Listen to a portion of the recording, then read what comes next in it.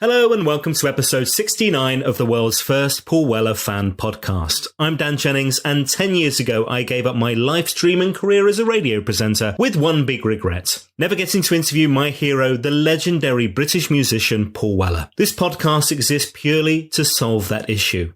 Welcome to Desperately Seeking Paul. And this episode was a real joy to record. I'm joined by Steve Ellis. What a voice. What a lovely fella. We'll talk love affair, everlasting love, and what it was like to have a number one single, a smash hit in 1968, and to be the biggest selling band after the Beatles. We'll talk about his friendship with Paul Weller, a friendship lasting years, including live and record performances, and we'll bring it bang up to date with his latest album called Boom Bang Twang, which was a mix of new songs and lots of covers as well, with many friends, including Paul Weller, who also produced the album. It was recorded at Black Barn as well. So we'll dig into all of that on this podcast. You'll love this episode. Dive on in. My very special guest, Steve Ellis. Thanks for joining me.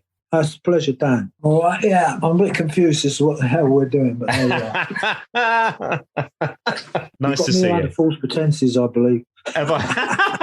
He had no idea what he was joining, folks. No idea. No, I didn't. Now, this is the Paul Weller Fan Podcast. We are going to dig into some links that you've had with Paul over many, many years. But first of all, we have to kick off this podcast by understanding where your love of music came from, because it was like a ridiculously young age that you started out in this industry, wasn't it? Yeah, I mean, I put my hands up to the fact that when I was a kid, like a small kid, I was thinking about this the other day. I was thinking, how did I get in this? But I liked the record about, I don't know how old I was, but it was a record like by Tommy Steele called Little White Bull.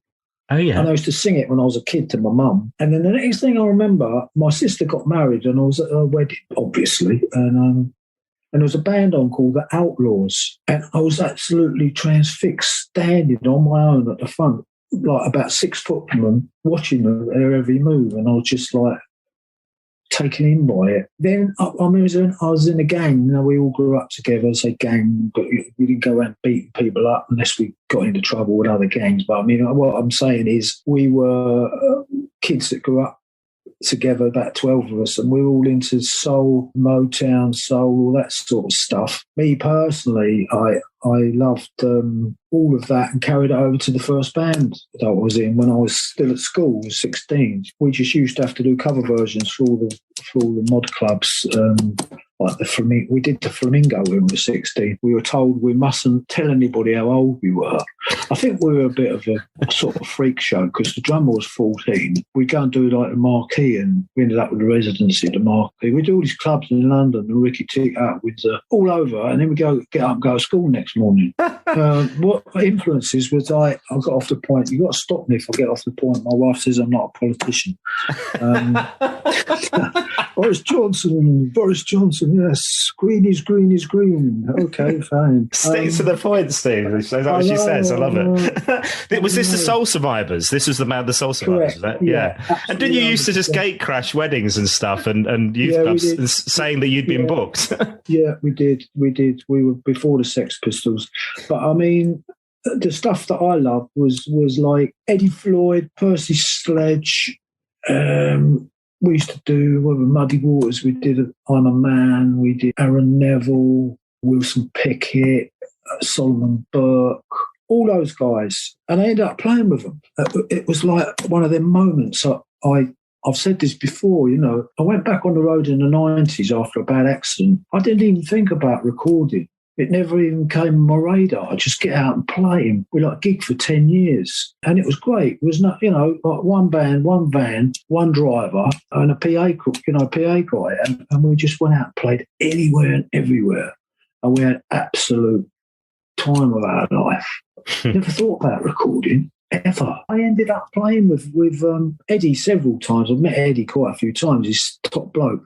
And Percy Sledge. I only met Percy once, and that was a gig, I think it was in Holland, massive bloody Antwerp Sports Palais. And it was rammed. And there was like Martha, who's a friend, Martha Reeves. She's lovely, Martha. And so I'm playing with all these sort of influences when I was a kid.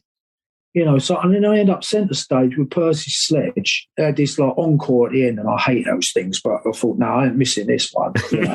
Chubby Checker as well. When I remember oh my God, what? When I was at school, I remember Chubby Checker when I was like 14 at school disco, falling over my winkle pickers, trying to be cool, man. Centre stage with Perce.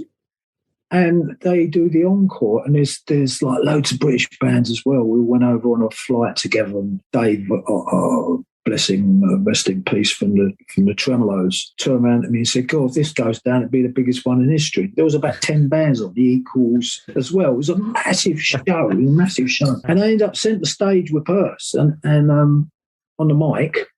And they're doing Shake, Rattle and Roll. And I don't know the words to Shake, Rattle and Roll. I've got the faintest idea what the words to Shake, Rattle and Roll. So he's shouting them down my ear, and I'm singing into the mic, and I'm thinking, sort of in between him and singing and me singing, I'm thinking, how the fuck did this happen? I was at school in a band singing When a Man Loves a Woman every night for like however many years we did before we had a hit record.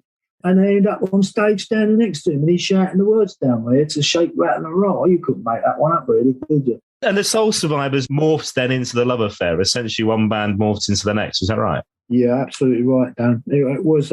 We started out like the boys hung out with like loosely called a gang. Nigel was my pal. Well, they're all my pals, but Nigel was like play the guitar, and we'd go down to the swimming pool and stuff like that, hang about, listen to records around each other. So he says, "Yeah, you can sing." I went, "Can I?" "No, yeah, you can sing." I wanted to be a drummer, but my dad wouldn't buy me a drum kit. HP and all that. My dad was having none of it. I had biscuit tins. I was in a band before the Soul Survivors when I was about 13, but I just had Quality Street biscuit tins. I got the sack.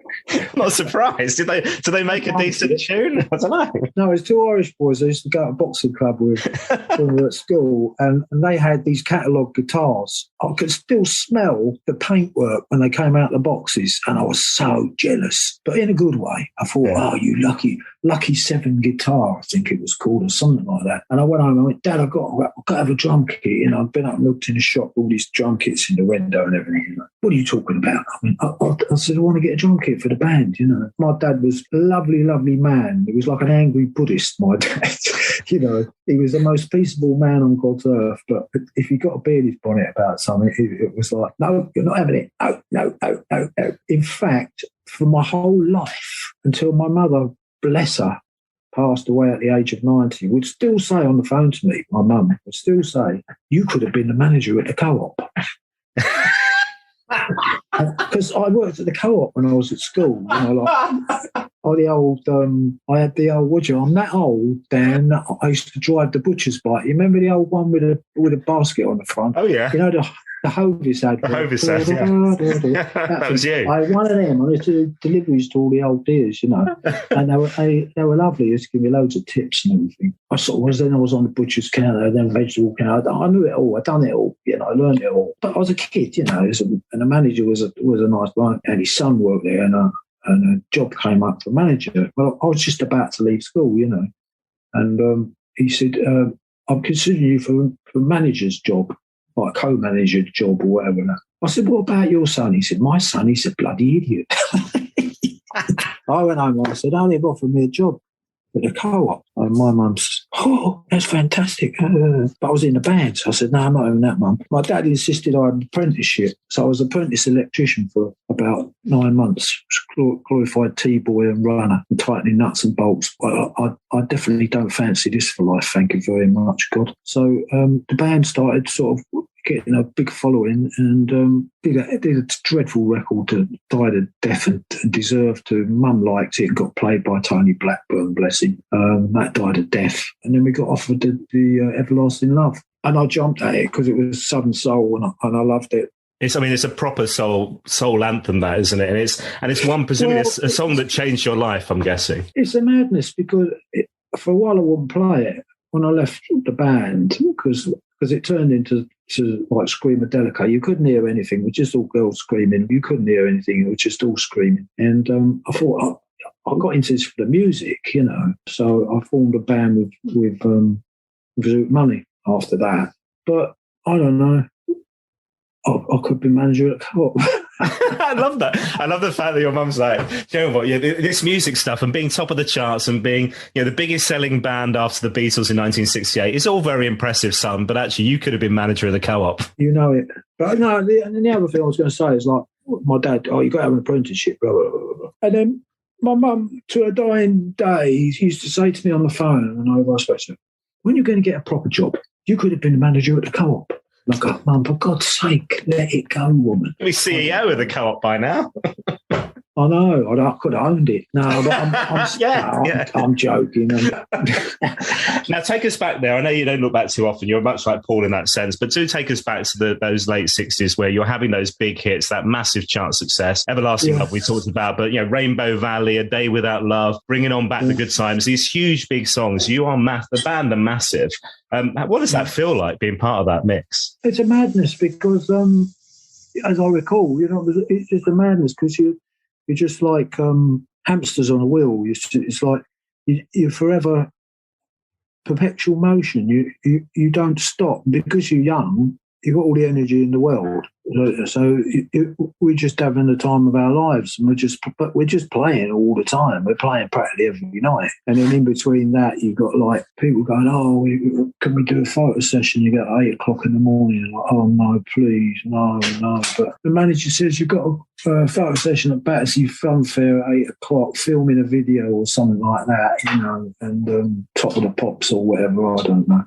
You're just forever in perpetual motion, but you're sort of living the dream because we did work hard to make it. We didn't just get it handed on a plate. We did work hard. All that baking down in the vans and sleeping in the vans and sleeping in the park. I used to bunk off work because I get back from a gig at 4 a.m. from Manchester, say, and then be expected to get up at work for 6. And after a while, I just thought, I can't be doing this anymore. And I'm earning like £2.17 at the AEI in Willesden, which is about, as you know, is about, £2.75 or something. Right. And then I'm getting 4 times out playing every gigs.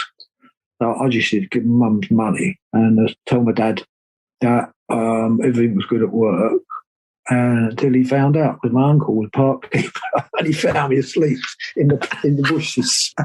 I got grassed up by my uncle Tommy, and my dad wasn't best pleased. But then we had this hit, and it was just like everything changed. Everything became different. My dad was more accepting of it. I wouldn't do it for a couple of years. I just thought, I got a new band together with Zoot. We weren't doing it. Wasn't on the set list. In a sec, we'll get into how you and when you performed that song with Paul Weller as well, because that's going to be a lovely story. Yeah. But we should dig into when it. Off. I was slagging off, don't you? Yeah. Don't you? Not always. They don't even like each other, folks. They're not friends at all. But when was it you first discovered the music of Paul Weller? Were you a Jam fan? No, I wasn't.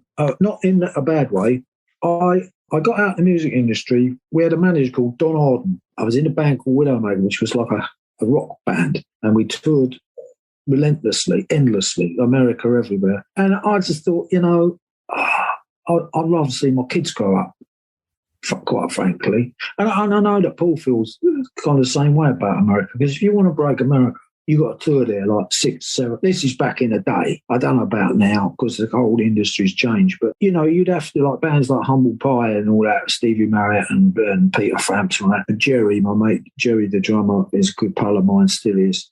Jerry would tell me, like, we done 6, 7 tours, 3 months, bust America, and they did it in the end. But at what price, It's like brutal. We were on the spin for 3.5 months, and I came back and I thought, I don't want this. I worked on the docks for about a year, which was kind of good. It was a leveler, straightener, and till somebody dropped 2 ton of metal on my feet and broke my feet in half. So that wasn't really best plan. So I got a good few years out of the music while I got them sorted. Then I took up karate, as you do when you get your feet broken, and got really fit. And then somebody said to me, you know what, you got to get back on the road. And I remember way back, I mean, you've really gone through my mind here, Dan, with these questions. I mean, go back to like probably when I had the band with Zoot, and it kind of ground to a halt from record label. I won't even go into it. Record label politics. We had to split up. And the record label said, "Oh, we keep you, but we got to drop the band."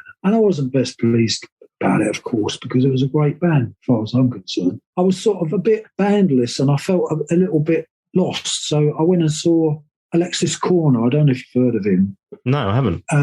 Well, Alexis was first generation blues rock, if you like. I mean, him and perhaps John Mayall were kind of the originators of the British kind of beat, but for want of a better word, beat boom. You know, before all the bands came along, like the Who, bands of that ilk. You know, that people talk about. You know, this sort of religious fervour. But before that, there was Alexis, and Alexis was a really good guy, and he was really clued. But he had this ethos that you have to play live. He said, "Steve, what you've got to do is get out there and play again." And I thought, you know what, he's right. I'm fed up of hawking demos around record labels, because when you're hot, you're hot. But when the hits dry up, you sit waiting outside in the waiting room for 3 hours instead of 3 minutes. So when you're king of the world, you're ushered straight in like you're some landed gentry. But if you haven't had a hit for a couple of years, it's like, well, how much longer have I got to wait here, mate? I've got to go and pick my kids up or something. You know, they go, "Oh, well, he won't be long. You know, he won't be long." You're sitting in the reception like a muppet, you know.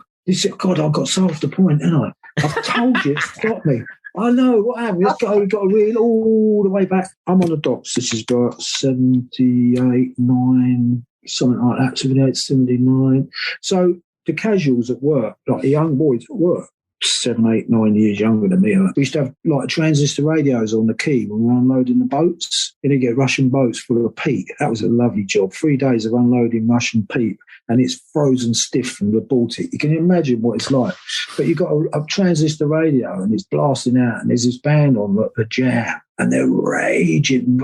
Fantastic, the Jam. You know, it sort of passed me by, maybe because I was a bit older. You know, I was sort of like maybe a generation older. But then Paul got the Style Council together, and I kind of liked him. But I like Paul Air because I saw him on Jonathan Ross show. And he argues this, but I've got a better memory than him, I think. But I saw him on a Jonathan Ross show, and he was doing a tribute to Steve Marriott, ironically, to Tin Soldier.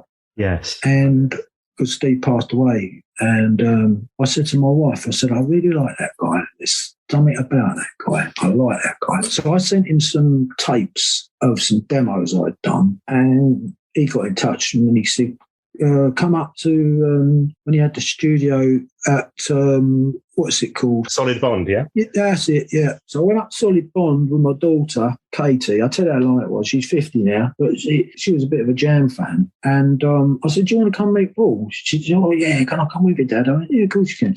So we went up there. Me and Paul just hit it off. We just similar personalities, I suppose. And Mick was there. He was a lovely guy, Mick Talbot, and Stevie, the drummer. Lovely guys. We just got on. I don't know. Me and Paul just got on and stayed pals ever since. You know, sends tapes or phone each. I don't drive him mad. You know, he'll phone me when he's not busy. I'll phone him when I'm not busy. But I've been busy for 18 months. So I've been in lockdown, which is boring. But I'll paint anything that doesn't move. Apparently, I have to start indoors now. So that'll be me. But I've got gigs coming up December. So then we go back to the friendship. So the friendship with Paul's formed, and presumably that's a shared love of music as much as anything else. Yeah, that is pretty much what it all is. I mean, Charles at the barn, you know, the engineer, I think he's more than an engineer, Charles, but I can't praise Charles enough. We were talking, I don't know, we were just talking on the phone the other day. He said, "Yeah, but your connection, you two, is music." I said, "Yeah, you're bang on." I said, "It's always been music. It's always been about the music." But we talk about the kids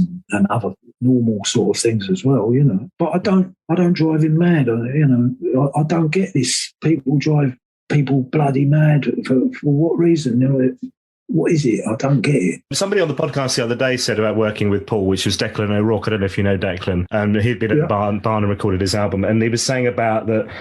You know, when it comes to making the music, Paul's a serious musician. This is work. It's kind of, you know, yes, collaborating, and it's fun creating and stuff, but he's a serious musician. Oh no, 100%. I think he's finally got it after 30 years. I did a charity single for the NSPCC. Step Inside My Love, 1998, right? Blimey, how did you know that? Oh, there you go. Look. Anyway, short story. Don't let me get off the point. We did it, me and my band. We did it up at Rollover Studios in Beethoven Street. Now, that's true. Is that true? That is God's truth. That is God's truth. Well, the engineers up there, doing this is like about the time of house music, but the engineers up there, good lads, but they never mic'd a drum kit before. I could not believe it. We were teaching them how to mic it up. Anyway, the files got sent down to my mate's studio in Brighton, and some of it was missing. And they scratched their heads. As far as I can recall, I was talking to Paul about it, and he said, "Oh, don't worry, I'll come down." And that's where it kicked off, really. So Paul put some guitar on it and a bit of keyboards at the end, because it didn't need much else. It had strings on it and stuff, and guitars and the band. But there was just bits missing. Paul come down and put stuff on, which was great. I sort of watched him and I thought, I've always believe that somebody knows what they're doing, don't interfere, because it's a bit like I don't know, would you tell David Beckham how to play football as an analogy? You know what I'm saying? If somebody knows 100% what they're doing, don't interfere unless it's something totally relevant. So I just let Paul get on with it on that particular day, and then he said, "Oh, do you want anything else? Put a bit of keyboards on there and that'd be great. Thanks, mate. Brilliant." And now, so if you go forward to like now, the same applies if I go to the barn. You know, I've just been up at Black Barn.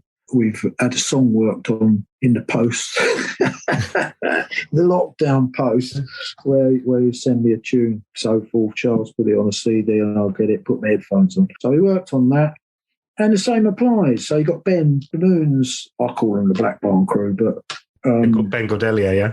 Unfortunately, Andy wasn't able to do the session this time because his girlfriend is not very well. So that was a bit of a shame. But Paul got on it and played bass instead. And then we got Ben on drums. But Paul's sort of multi-instrumentalist. You know, I've seen him come across the years and get better and better piano player. And he's just an all-rounder. So, yeah, Declan's right. But Paul lives and breathes music. He absolutely is like a machine. He just sit in the studio, he hears something, and he's up out of the seat and he's out there. Be a guitar, a bass guitar, or a piano, or similar backing vocal, whatever. You just think, right, okay, let him get on with it because he knows what he's doing. Or he might say, well, what about that? I don't interfere. I don't worship Paul. He's my mate. First and foremost, Paul is my mate. If anything else, we'd be mates, you know. And I met Steve that was in the Jam in the beginning. Steve Brooks, yeah. Yeah, Brooksy. He played on the track I just did as well. And what a lovely guy he is. I never met him before. He just pulled and get Steve Brooks up, put a guitar on. I went, okay. And he put a bit of guitar on. Really brilliant. So this is new. I can't wait to hear this. Steve Brooks has been on the podcast recently as well. He's a lovely guy. He's a really sweet guy. Really, really genuinely nice guy. It talks about like the serious musician. That trip to Brighton is, I mean, Paul doesn't just rock up. Doesn't he have like a van full of guitars for you as well? Oh, you heard the rumour. Is that right? Didn't he just kind of come fully loaded, didn't he? That was funny. It did make me laugh because I went back on the road about 90, 91, something like that. We hit the road, van, band, driver. Oh, I told you, didn't I? Paul says, oh, come down. When he comes down with Dodge. I don't know, it was a Hertz truck or whatever, but it was a big-ass truck. And you know, he's got about 7, 9 guitars in it. And I'm like, okay, what guitars are he going to get out? You know, but fair dues. I mean, he probably thought, well, I might try that, or I might try that. Yeah, it's just brilliant. But it's not. But we had a good day. You mentioned this love of live performance. We should get into when that's coincided with Paul as well, because there's been a few occasions. You mentioned Steve Marriott. There was a Steve Marriott memorial concert which you were involved in. You were involved in organising that as well, weren't you? Yeah, I was, Dan. Short version is Dean Powell. My pal was Frank Warren's right-hand man. He's passed away. I tell you, it's all going on, mate. I can't believe it. Dean was one of my best mates, and he phoned me up and he went, do a tribute for Marriott. Nobody's ever given him a good send-off. So we started off at the Ruskin, which is where the band used to rehearse. It was never about the Small Faces. It was about Steve. It was just giving him a good send-off. And it went so well. We sent 3 coaches up from Brighton. It went so well that they rolled it over to the next year. And I said to Dean, we didn't ought to keep doing this, Dean. So on about the third one, where quite a lot of people come down, Dennis Greaves, bless him, Cradock, Steve Cradock, Pat Arnold, and a lot of bands all played for nothing, you know, but it rolled over. And then I get a phone call from Jerry Shirley, the drummer in Humble Pie, that I mentioned before, worked with Steve for years, and he was still one of my best buds, although he supports Tottenham, but I forgive him.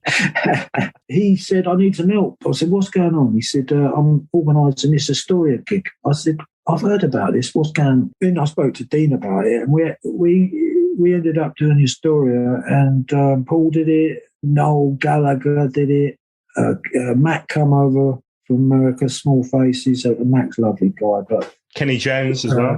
Yeah. You mentioned Tin Soldier earlier on. You come on for Tin Soldier, don't you? Yeah, but that was Paul. I felt like Sting at Live Aid. I kept coming on because what happened.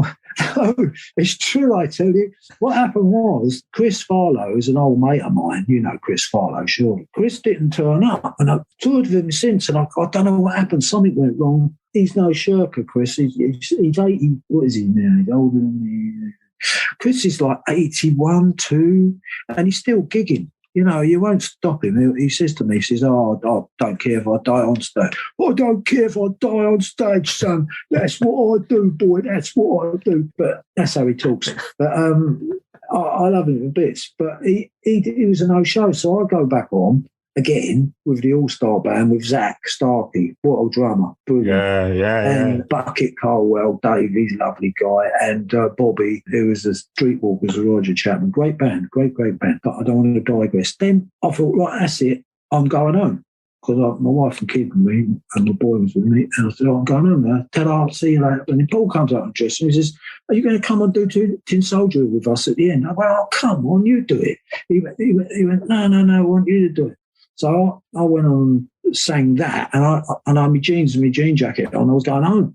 And so then they go into the encore of what you're going to do about it, by which time I'll give up. I'll lose the will. So I sat on the drum riser next to Jerry Shirley, and I just watched him. I thought, I'm not getting on that mic again. They will call me Sting forever. That's so funny. And then a few months later, you're there in Croydon. So Paul was doing the Days of Speed tour, which was, just magical. The vinyl has just been re-released. It's so good to get that again because it's Paul, acoustic guitar, him and the audience. It was brilliant. And Steve Cradock with him at parts. Gem Archer was him at parts as well. Mm. You were there, the Croydon gig, just down the road from me, actually, December the 6th, 2001. Where did you live, Dan? I live in Carshalton, Sutton, just down the road from Croydon. I know it, yeah. Yeah. I know it. So, around the corner from me. I wasn't there that night, but you get up. So how does that... were you in the audience anyway? I'll make this amusing for you. One of my best pals, Mark, he's a builder. I've known him all his life, right? He's got a massive building firm now. He worked really hard. He's a major Paul Weller fan. He's been to every gig. He's not like worship at the altar job. He's great. He's brilliant. Geezer, I love him, and he goes to all these things. And if he can't get to see Paul, he'll go and see From the Jam. And we need to get him on. He sounds great.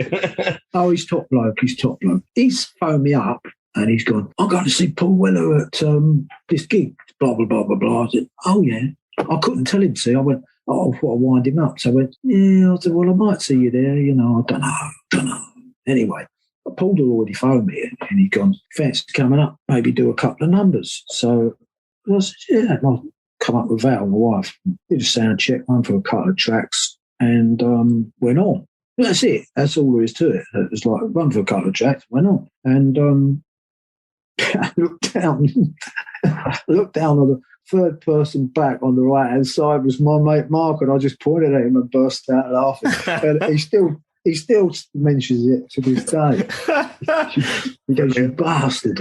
I said, yeah, I couldn't tell you. I said, I want to wind you up. Mark's met Paul a couple of 3 times, and he just says, well, what a top bloke. He said, I knew you did Everlasting Love. What was the other track then? Oh, yeah, he sprung that on me. Broken Stones, is it? Oh, was it Broken Stones? I didn't know you did that. On a bridge, that one. Yeah. But I didn't realise it'd come round again. I listened to it in a car on the way up, and I thought, yeah, I've got it. And then it come back in a second. It's like it rolls round.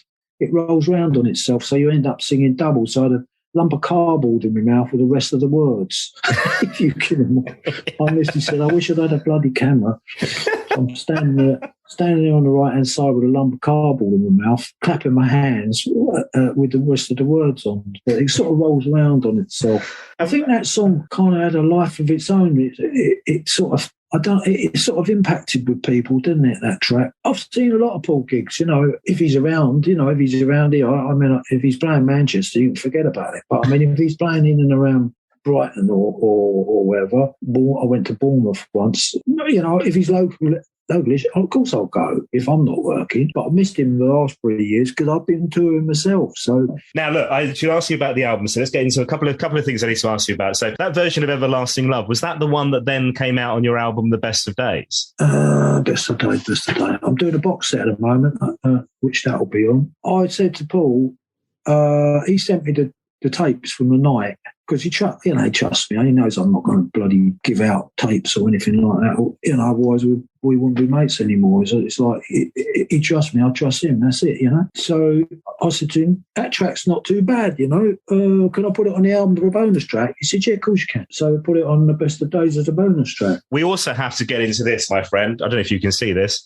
We obviously have to talk about this one. Released 2018, 50 years after that smash hit single Everlasting Love. A new album from Steve Ellis came out, Boom Bang Twang. This is a beautiful thing. Recorded with and produced by Paul Weller. Am I right in thinking that album and that work with Paul and that collaboration kicks off with a chance meeting where you are in Brighton with Paul's cousin Mark? Was that right? Kind of. No, not really. Oh, okay. No, yes and no.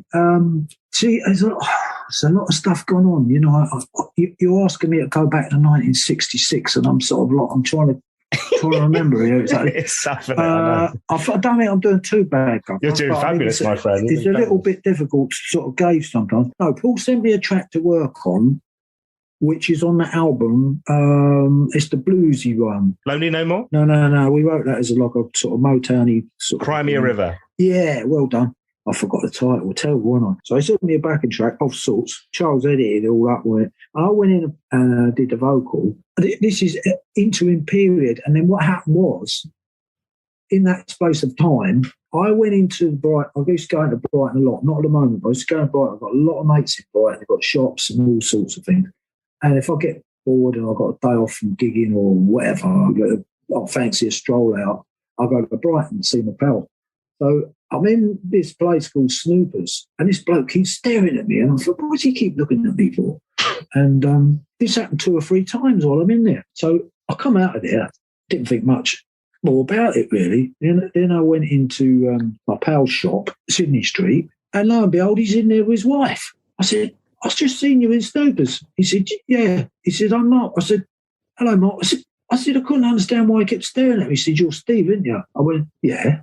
He says, I wanted to meet you. And it sort of got talking about music. And they had a band called Cow. I have a band called Cow. And we just got on really, really well. And Max, his wife, she's lovely. And I end up doing one of their tracks on the album as well. And they put some overdubs on the album as well. So it sort of spills out over, like, we did that album in sort of 4 or 5 3-day sessions, something like that. If Paul was working away, I just carried on with Charles. Or maybe Cal, Mark and Max come in and we do the work on their track. It's all a bit like that. There's no set pattern. If you're in for 3 days, this is what we're going to do. And then whoever plays on it might be completely... I just call it a Black Barn crew, because it's like Steve, we talked about before. He just put some guitar on the track. Paul just said, Brooksy's coming down. So it's like, I would just call it Black Barn crew. It's all like-minded people. There's no egos abounding. There's nobody on one. Everybody gets on. You just have a good time and make music, which is what it's supposed to be about, for God's sake. You mentioned the Black Barn crew. It's a really tight-knit crew there, isn't it? And people who are on the album, you've got Steve Cradock, we mentioned earlier. You've got, Andy Crofts from The Moon, Ben Gordelier from The Moons. You've got Charles that you mentioned engineering, working with you. Charles plays a bit as well. He's on there as well, isn't he? Yeah. Charles will play a bit of this. Bit of drums and that, isn't he? Yeah. Bass as well. Yeah, percussion. There's no end to this guy's talents, but it's a really tight crew down there. Don't tell him that, for God's sake. We call him Sir Charles anyway. No, I'm trying to get Sir Charles on. He needs to come on the podcast. Come on. You never get him off. He'll be on here for a week. I'd be more than welcome. But that's a really tight knit crew. Did you know you were making an album? So was that the first vision? And when that first song came along, did you know this was going to be an LP, or what was it going to be? No. I went up to do the vocal with Paul for Crimea River. And because I haven't made an album for a few years, been out touring and playing, what have we. I can't remember how long even, maybe 4 or 5 years, something like that, I'm not sure. And Paul just said, why don't you do your album here? So we had a little chat about it all, and he said, I'll get Ben and Andy in, and then my mate come in that works for me, sort of like my right-hand man, Big Kev, plays Hammond and he plays a bit of everything as well. Yeah, he's like a symphonic wizard, the guy from the Dream Foundry, is that right? Yeah. Yeah, he's like, how did you know about him? He's like a magician. I've been digging him out, mate. I do my research. He's incredible. You do, didn't you? God almighty. Yeah, Kev's my right. He's like my right-hand man. I call him the Buddha of Lowestoft. He's like 6'5". Don't let him hear this. He looks like a serial killer when he just gets up. But put it this way, people sort of look at him and think, bad idea. Don't think I'll upset him. Won't mess with him, yeah. But he's a gentle soul. I have seen him lose it, though, and it's not pretty. I nearly went through the car windscreen because somebody was tailgating us one night, and he'd had enough, and he just slammed the brakes on and got out of the car, and I thought, I nearly went through the windscreen. And I had my arm in plaster because I'd had an operation. And I went, you prat, what are you doing? He said, he's been tailgating us for 2 hours. And I went, oh, for God's sake, Kev. I said, my arm's killing me now, you prat. No, that's life on the road. I mean, we did 25,000 miles on one tour a couple of years ago. We clocked it. It's only UK. Now, Steve, I have to pull you back on track, Steve. How did you pick the cover versions that are on there? Because it's really interesting. Being a Weller fan for the last 30 plus years, I guess, all the cover versions on there are songs that he's covered, but I know you were doing them long before Paul as well. So songs like Black Sheep Boy, the Tim Hardin song, Paul covered this a lot around the time of Wildwood as well. It might have even been a B-side at one point. I know it's certainly on the Fly on the Wall box set as well. Brilliant tune. We move on to Sitting in Limbo, which is the Jimmy Cliff song, which I remember Paul doing. Would have been like early 90s, like 92. I think it's even on a bootleg, The Black Sessions, if I remember rightly, which is, again, a brilliant song. I Forgot to Be Your Lover, which I've seen Paul do on Jules Holland as a cover too. I'll just give you an example. I mean, Paul's Limbo, that was down to him. He said, what about this Harder They Come, Jimmy Cliff, if I remember rightly. So we did a version of that. But he said, why do a Tim Hardin number? And I said, because they've all been done, mate. You know, Fire a Carpenter, Red Balloon, they've all been done. All the good ones all been done. And he went, what about Black Sheep Boy? And I went, oh, good call. Forgot about that one. And nobody else has done it. So we did it. Great song. What else is on there cover-wise? Let's think. Yeah, I remember hearing Paul do that. Like back in the Wildwood days, he'd play that regularly on like radio sessions. It might have been a B-side at some point as well, but it's brilliant. And I probably knew the chords already then. That's why. That's why he's picked it. Yeah, there was the William Bell song. I Forgot to Be Your Lover is another one. About the same time as I think I did my last album. The band I had, we used to do that live, and it used to go down really, really well. That was a fluke. I went in the shop in Brighton to see one of my pals in the record shop. He said he's got his jukebox. Look at me. He's got his decks on, and he's gone to me. This record should be played at least once a day, and he put that on, and I'd never heard it before. Slipped the neck, never heard it, and I went, "What is that, William Bell?" I said, "Can I have it?" He went, "No, you can't." So I've got the CD, and we rehearsed it, and we played it every night for about 6 months on tour. So then I says, what about that one? And we went, yeah. So we did that. It's sort of like that, really. It was, nobody was like wagging their finger like, we must do this. Paul's definitely responsible for, God, what's it called? Sunday, something. Tobacco Ash Sunday, right? Oh, well done. Yeah, Tobacco Ash. We do have benefit having a record down there. I've got it here in front of me. Harsh Reality, wasn't it? The original, was that right? Yeah, well, it's a bit obscure, isn't it? It's a bit obscure. But Big Kev liked it, big time. He went, the spinning track, that. Nobody's ever done it. So we give that a go. Played it live. Everybody seemed happy with it. So that's where that one come from. That was Paul's idea, that one.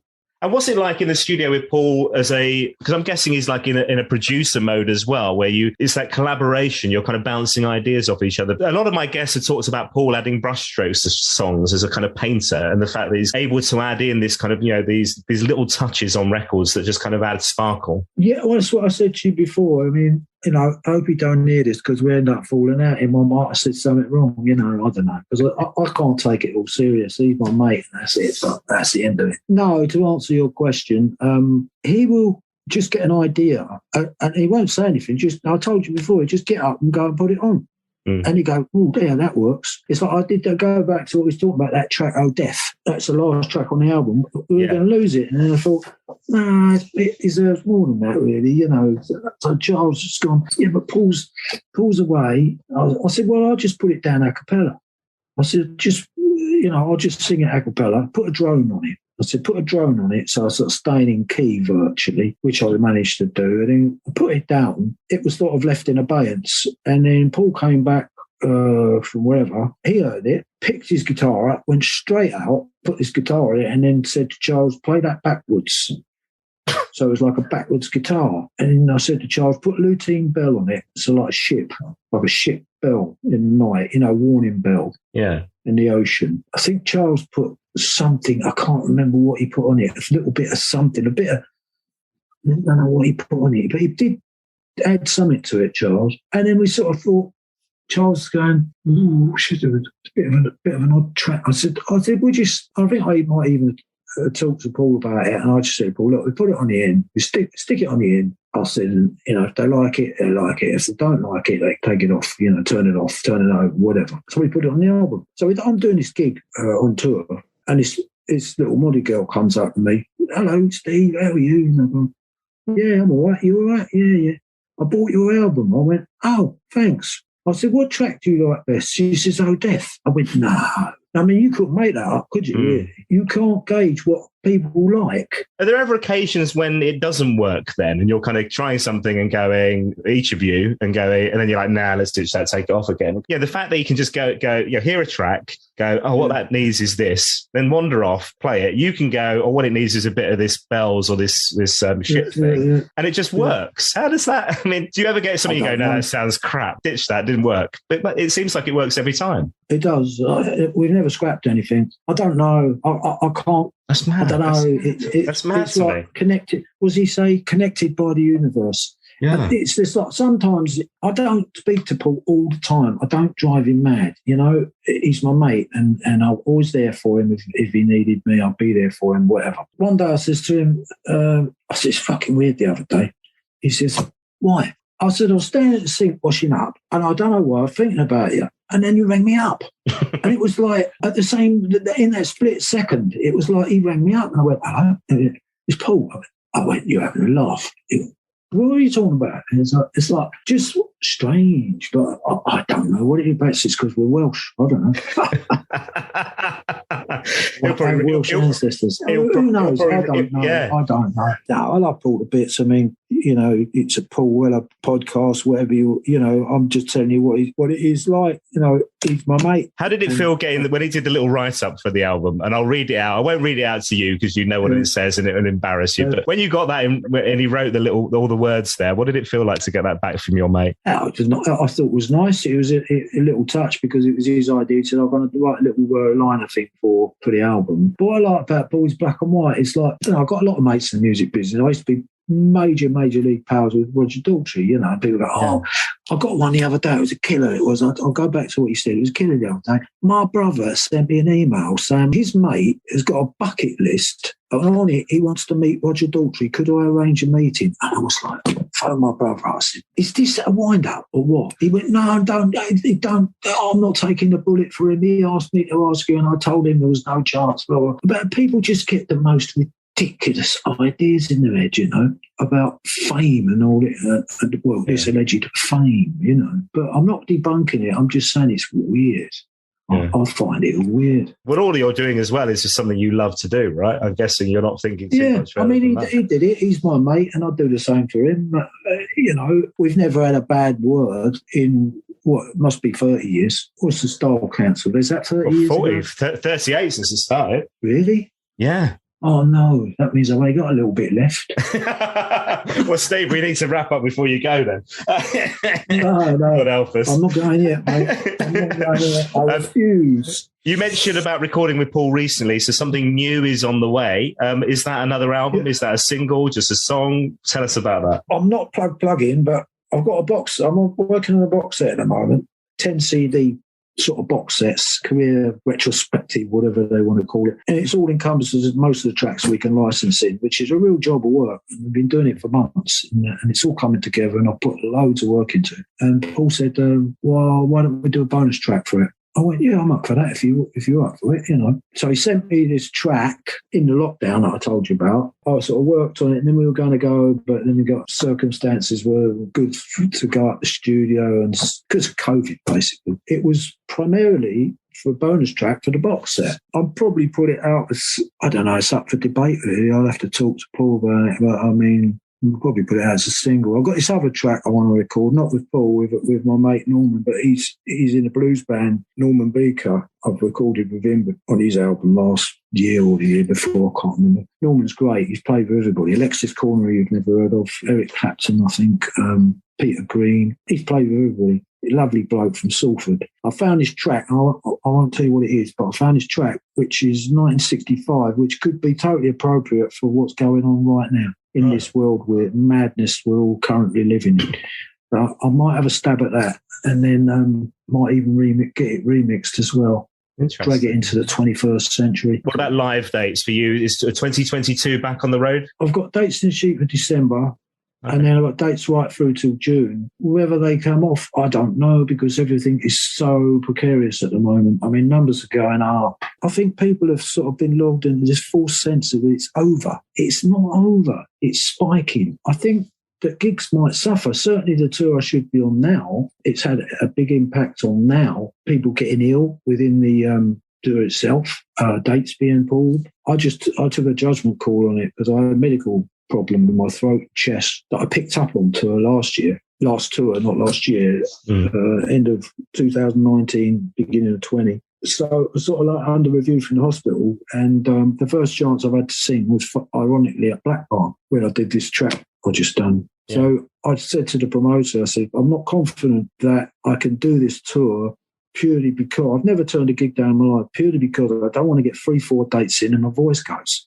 Also, I'm shielding for somebody. One of my family and my boys got no immune system, so that's obviously top of my list. So I just took the view that it wasn't a good time to go out jumping about on tours, staying in 20 different hotels and 40 different venues. And Robert was good about it. He just said, Steve, you never let me down. You've always been 101%. He said, I get what you're saying. I forgive you. I'll go on to the No, yeah, I like Rob. He's a good promoter. Nice. This has been so lovely, Steve. I've enjoyed every second of this. I have 2 final questions for you before you go, all right? You're allowed one Paul Weller song for the rest of your life. It can be The Jam, The Style Council, or solo. Which one are you going to pick? Blimey. Can I think about that for a minute while you tell me the other question? Yeah, the other question is, purpose of this podcast is to talk to lovely people like you, but it's also for me to be able to interview Paul Weller, the interview that I never managed to get during my radio career. If it happens, what should I talk to him about? Talk to him about the weather. You just talk about anything relevant. He's an intelligent man. If you talk about music, it's probably not the best plan because he lives and breathes it.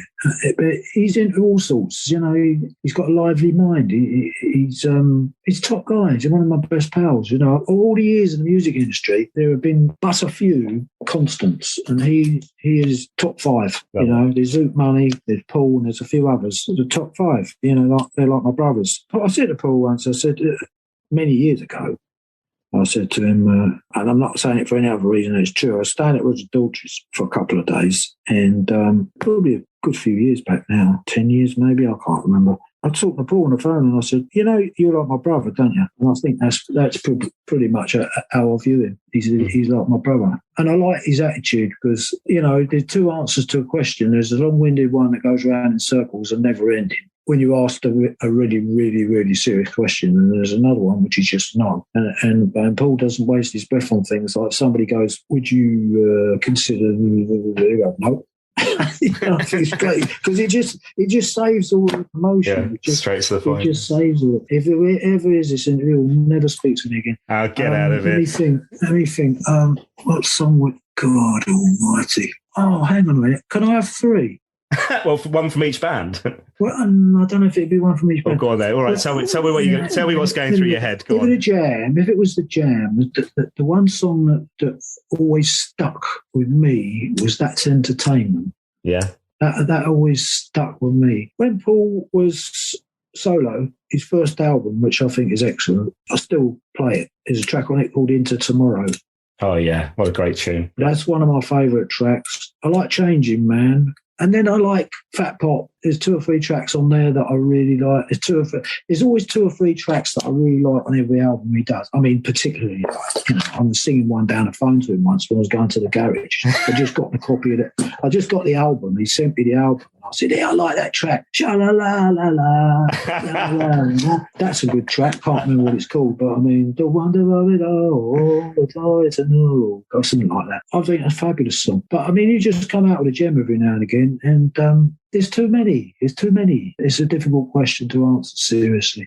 Honestly, I can't answer that question. I don't think so. You gave a great answer, I have to say, and the fact that you singing one of Paul's songs down the phone back at him, I love. God, it's a good song, That's excellent. But I think Fat Pop's a really good album. But I love his sort of career to date, bookended by the first album he made and the last album he just made. Are probably my 2 favourite albums. That's not bad, is it? That's not bad in like 30 years. Really. There's a lot of really good stuff in between, but I mean, a lot of good stuff in between. But that's just me. That's not a bad thing, though, is it? 30 years and your first and your current is up there with the very best of his work. I like that. Well, there's a lot in between. Check out the in between. I'm not praising him anymore, otherwise I'll be getting a phone call. That's enough, yeah. Top geezer, top bloke, much misunderstood. He's not a grouchy, miserable old git. He's not at all. Very far from. Give us a list of his faults now, Steve, if you wouldn't mind, just so we can have some balance. Give me a list of his faults. No, yeah. Is it that he's a Chelsea supporter, or is that all right with you?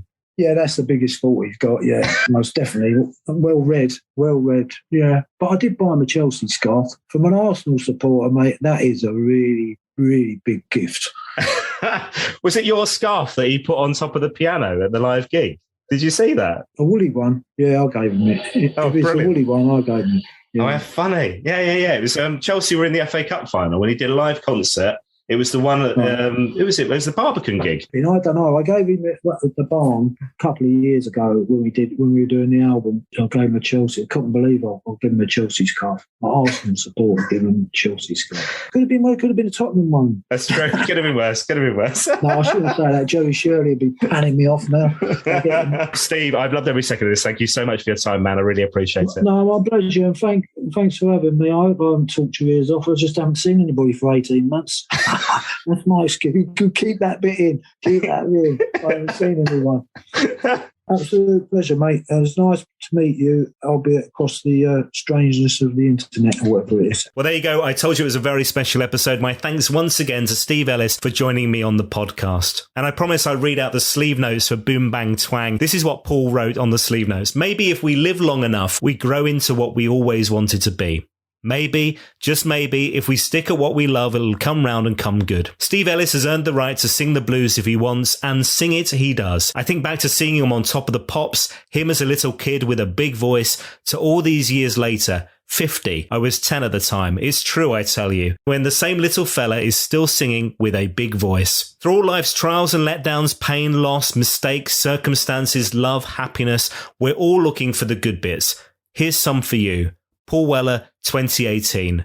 P.S. He's my mate and I love him dearly. Sleeve notes for the album Boom Bang Twang. You can find all the details about the LP in the show notes for this podcast. Head to paulwellerfanpodcast.com. I've also put some of the videos that we talked about up there as well. You'll find all the details, paulwellerfanpodcast.com. And if you've enjoyed this episode of the podcast, then please make sure you follow and leave a review as well. It does help us to find new listeners to the show, so make sure you get on your social media channels, Facebook, Twitter, Instagram, whatever you use, and share the link to the podcast as well. Tell all your Weller-loving mates that this thing exists. You can find me on Twitter. Get in touch at WellerFanPod, or on Instagram and Facebook. It's Paul Weller Fan Podcast. And don't forget to head to the website where you can buy me a coffee as well. It's paulwellerfanpodcast.com. Thanks for listening. I'll see you next time.